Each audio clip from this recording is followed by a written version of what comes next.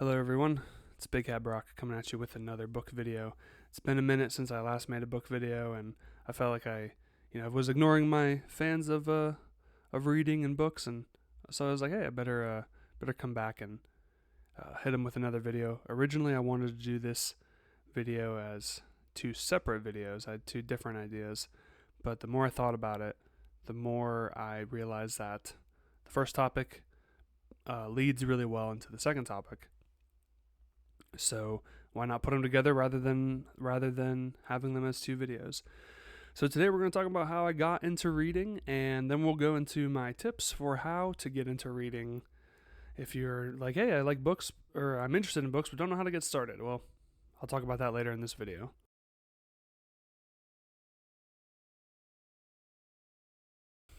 So when I was a kid, I enjoyed reading, not as much as I do now, but obviously as a kid I read a lot of the the more famous children's books, right? Like I'm reading Green Eggs and Ham, I'm reading Goodnight Moon, I'm reading Rainbow Fish, right? Where the Wild Things Are, okay? Like I'm reading all those children's books. I like the pictures, all that jazz. But when as elementary school was going on, eventually I kind of somewhat fell out of it. Like sometimes a lot of times actually I would just check out a book. I'd pick Harry Potter. I'd check it out of the library just because we had to pick a book from the library. So I would just be like, all right, I'm just gonna grab a random book or grab Harry Potter or whatever, and just to kind of get them off my back from having to read this, even though I really don't want to read these books. I just doing it because they're like, you have to read this, and you can't check out Green Eggs and Ham anymore, or Goodnight Moon, or all that jazz, right?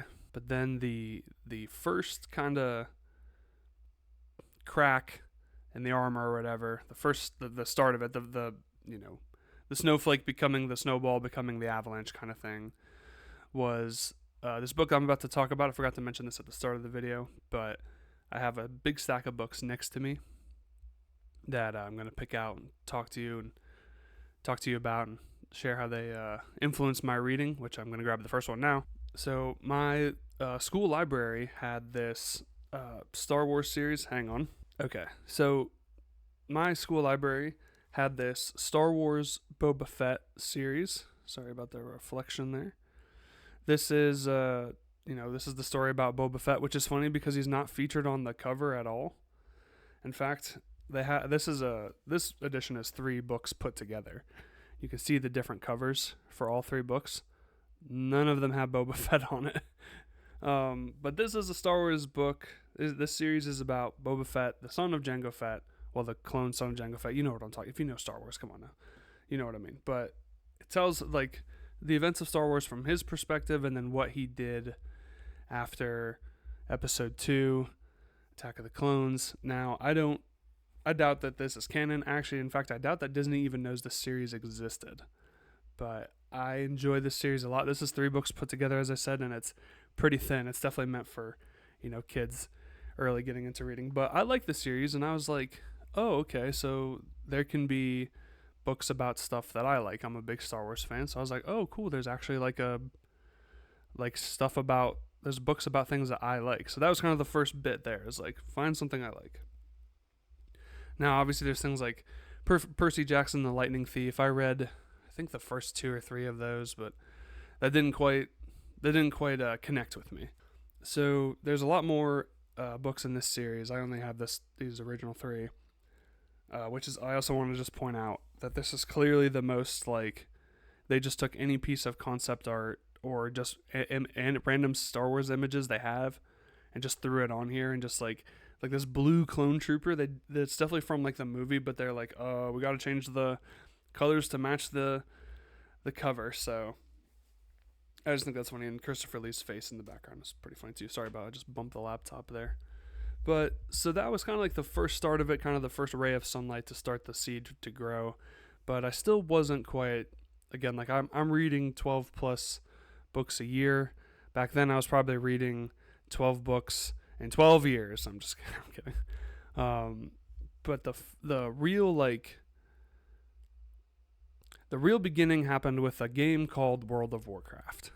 Now, I don't want to act like my family was digging through the trash and just barely getting by. I'm very thankful for my childhood and everything that my parents could do, but they couldn't figure out how to get to World of Warcraft. Two, they really couldn't get that monthly subscription to World of Warcraft to fit into their budget. It also didn't help that at one point I think we subscribed, and then me being a little kid, I didn't know anything about that.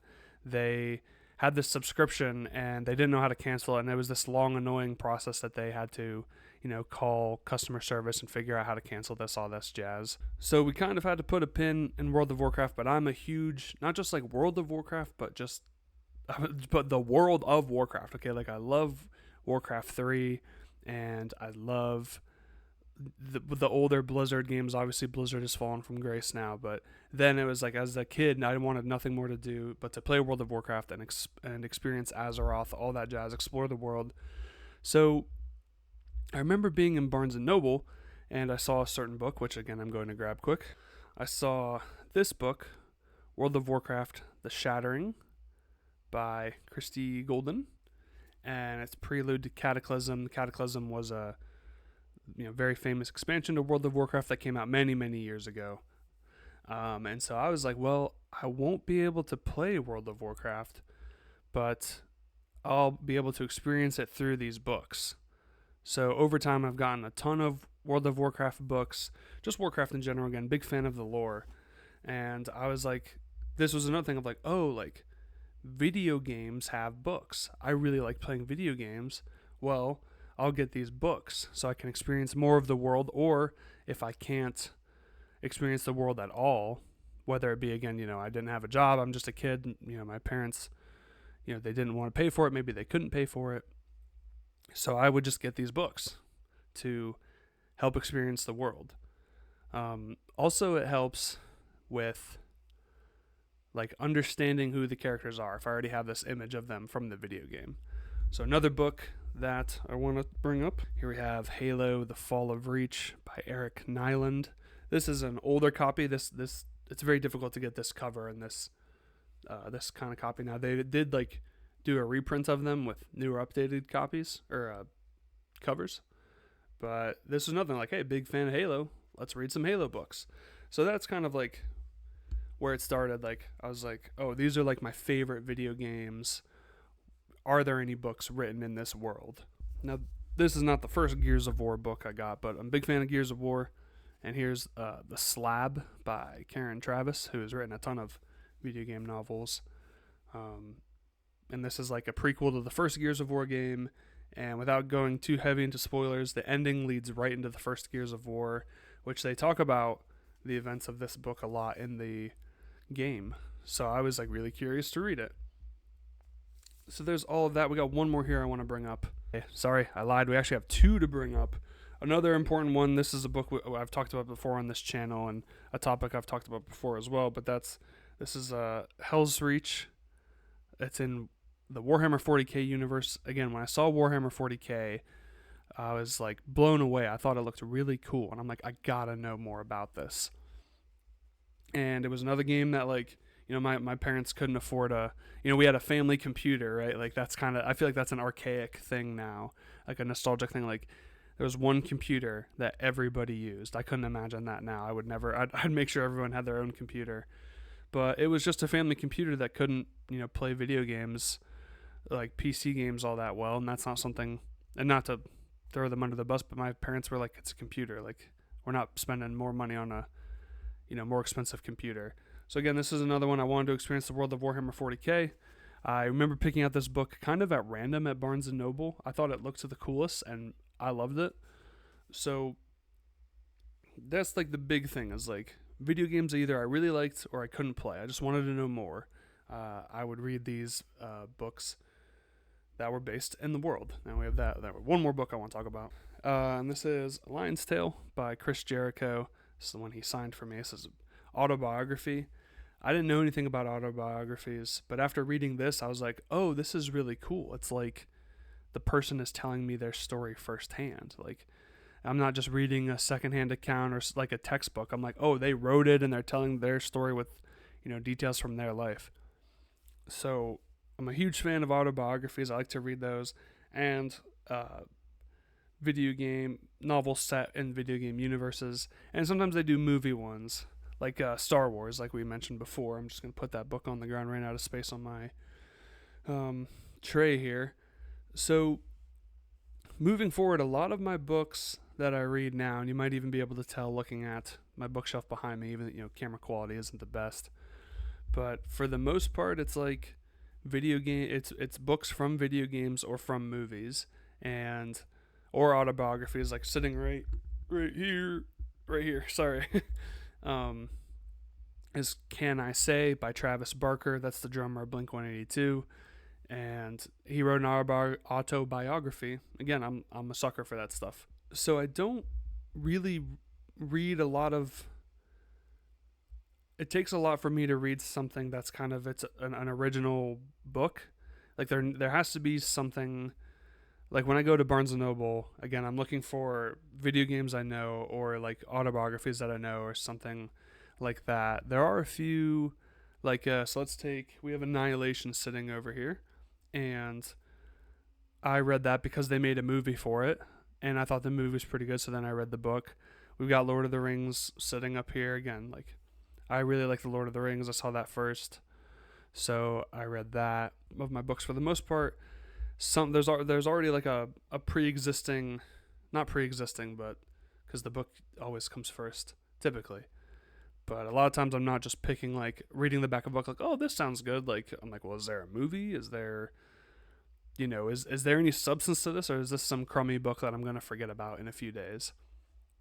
And I do wish I could read more books before the movies came out, but it's hard to tell with, there's a million books and a million movies coming out. That's kind of like a boomer thing to complain about. But again, sometimes when I have the movie or the video game, when there's something real and tangible I can like see, it helps me like remember what the voices sound like and how the character acts, and helps me visualize the story overall.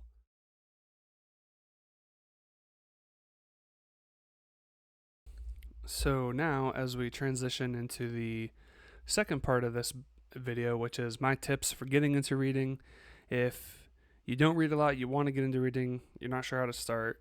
Now, I don't even know what a specific title I would recommend, but I would want to start with like the certain kinds of books. Like, so going with what we talked about earlier, I would say, like, if you're going to get into reading, pick something you love, okay?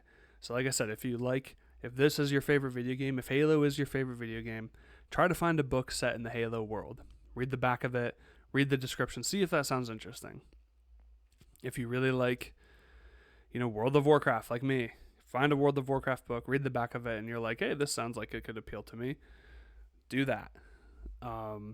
If you like sports or, Formula One racing, that was a random thing I just thought of. Like, see if anybody in Formula One has written an autobiography. Again, I think that's easier to keep those things in mind if you already know who the person is, maybe how they talk and how they act. One underrated thing I do recommend is novelizations of movies and video games.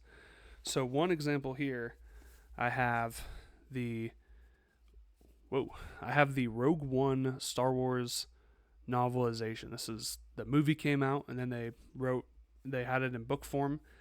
Novelizations are kind of underrated. It's a nice, easy read for me every once in a while. Like, it feels like a lot of the work has already been done because I've already seen the movie. So again, it's a lot easier to visualize what's happening.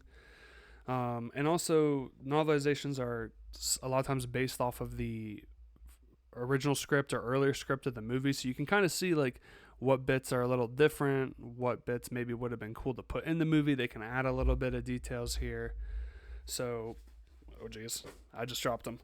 But yeah, novelization's underrated. Like, it's like the work is done for me, essentially. And I already know a lot of the characters. So that's a nice way to kind of get the ball rolling. Now, a few things I do want to acknowledge ahead of time is that some of the cons of reading video game books or book video games, however you want to say it, is that a lot of them don't end per se, and they don't end because the continuation is the video game. So if you don't like playing video games, That can definitely be a problem. I'm going through way too much effort to pull back this World of Warcraft book. These books are going to fall again. But in the Shattering, for example, I quite like this book. Prelude to Cataclysm. It ends on a cliffhanger. I can only assume that there's like a quest or something that explains what happens in the game, but I've never figured that out. But I still like it. Still more stuff happens, but just like annoying that it ends the way it does. So the best way I can put it to kind of sum it up is try to make sure one thing leads to the next, right? Like it's a tree of like your favorite TV show or your favorite game, whatever it may be. That's the first part. Then it can branch off to this book, and then maybe this book can branch off to this book. Also, I'd say like set a good goal of how much you want to read. The nice thing about Hell's Reach was like all the chapters were like 10 pages apart or so, and it was really nice to just read a chapter a day. Like I could really get into. Also, it was like really good, so that helped. But I would say set like a realistic goal for yourself, or whatever it may be. It doesn't have to be finish the book in a month or a week, or But also don't sit here and be like, I want to finish this by the end of the year. Like, try to put a little bit of like, I like to do like 10 pages a day. And if I was feeling really good, I'd read even more than that. So that's pretty much does it. A few more things I wanted to say. Like, I have books here like The Godfather. The Godfather was like a classic book, and then they made it into a movie. I wanted to go back and read the book. I have books from within the Alien universe, like Ridley Scott's Alien. So yeah, a lot of my books come from almost all of them come from something that has existed already. I did read Dune before the movie came out, but a friend of mine told me that it was like one of the best sci-fi novels of all time, and that they were making a movie, and somehow I read it before the movie came out. So there you go. Try to have fun with it. Obviously, like that's what everyone says. If you want to get into reading, have fun with it. Pick something you really, really like. Set 10 pages a day. Maybe right before you go to sleep, just open the book, read a little bit. It's more than you did the day before if you aren't reading. And also, I just thought of this. Some of these smaller editions, now the price has gone up, like inflation, am I right? Crazy. But this was $8. I think they're $9 now. Might have gone up $1 or so. But yeah, if you don't want to commit 30 plus bucks to a hardback, which hardcover, which I don't blame you. These ones are kind of like these nice smaller ones, $8 to $9. No skin off your back kind of thing. Well, to me at least. So there you go. That was my book video. I hope you all enjoyed it. I didn't mean for it to be as long as it ended up being, but hopefully that isn't too bad for everybody. Thanks everybody for watching. Please like and subscribe. Please like and subscribe. Hit that subscribe. Hit the bell icon so you know when the next video is coming out.